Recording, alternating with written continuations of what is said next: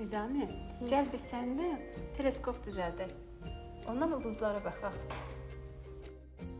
Gəl sən bura şəkillər çək. Al.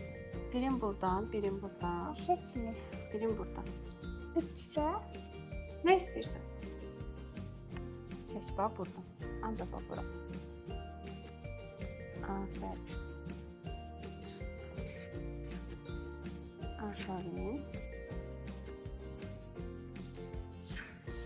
Aferin. Əla. Əla. İndi bağlayaq qapağı. Qapağını bağlayaq. Ayşə. İndi bax. Nizam. Bax, indi bunu fırladaq. Bax, Şimdi bu. hə. Bax, belə.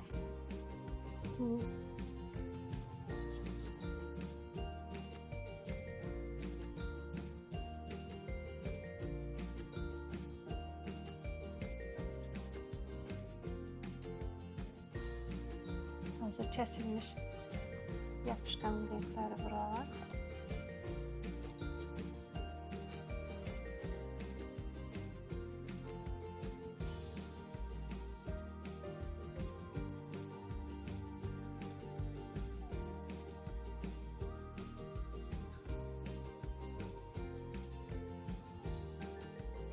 Bax.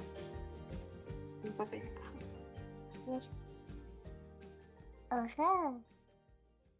Aferin sənə.